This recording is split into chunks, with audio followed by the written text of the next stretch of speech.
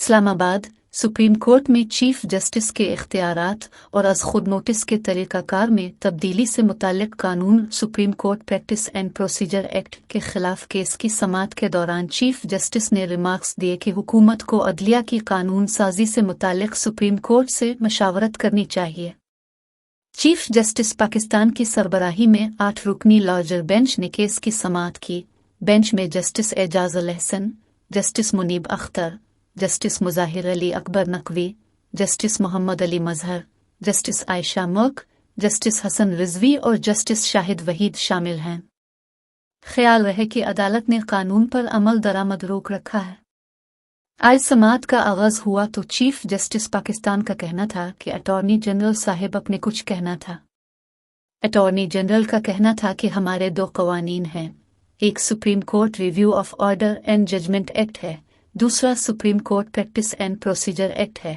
दोनों कवानीन में रिव्यू और वकील करने की शक्कों की आपस में मुमासलत है।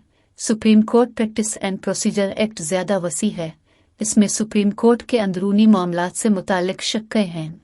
दोनों कवानीन में से किस पर इन्हिसार करना है, इस पर किसी एक हल पर पहुंचना ज़रूरी है।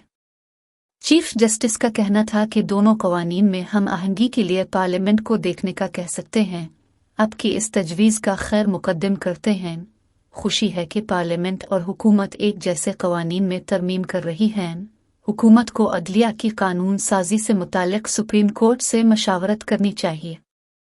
जस्टिस मोहम्मद अली मजहर का कहना था कि देखना होगा कि अगर कवानीन एक जैसे हैं तो इसको हल किया जा सकता है या नहीं। अगर कवानीन आपस में मुमासलत रखते हैं तो फुल कोर्ट से मुताल्लिक़ दरख्वास्तें सुनना वक्त का ज़िया होगा। अटॉर्नी जनरल का कहना था कि अदालत इस मामले को पार्लियामेंट को भेज सकती है। चीफ जस्टिस का कहना था कि पार्लियामेंट को ये मामला नहीं भेजेंगे। पार्लियामेंट और हुकूमत अगर कोई तजवीज़ दे तो इस पर गौर करेंगे। चीफ जस्टिस ने अटॉर्नी जनरल को हिदायत की कि आप हुकूमत से हिदायत ले लें, तब तक किसी और को सुन लेते हैं। वकील दरख्वास्त गुजार का कहना था कि अदालत ने पार्लियामेंट की कार्रवाई तलब की थी। चीफ जस्टिस पाकिस्तान ने कहा कि अखबारात के मुताबिक पार्लियामेंट ने कार्रवाई अदालत को फराहम करने से इनकार किया, लेकिन हमने पार्लियामेंट की कार्रवाई उनकी वेबसाइट से ले ली है।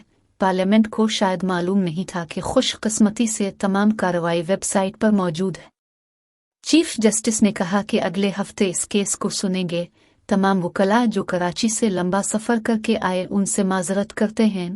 आज की समाअत का हुक्मनामा जारी करेंगे। केस की समाअत आइंदा हफ्ते तक मुलतवी कर दी गई। 13 अप्रैल का हुक्मनामा। 13 अप्रैल को जारी हुक्मनामे में कहा गया कि supreme Court practice and procedure act के खिलाफ 3 दरख्वास्तें समाअत के लिए मुकर्रर की गई। एक्ट बादी अल-नज़र में अदलिया की आज़ादी और अंदरूनी मामलात में मुदाखलत है।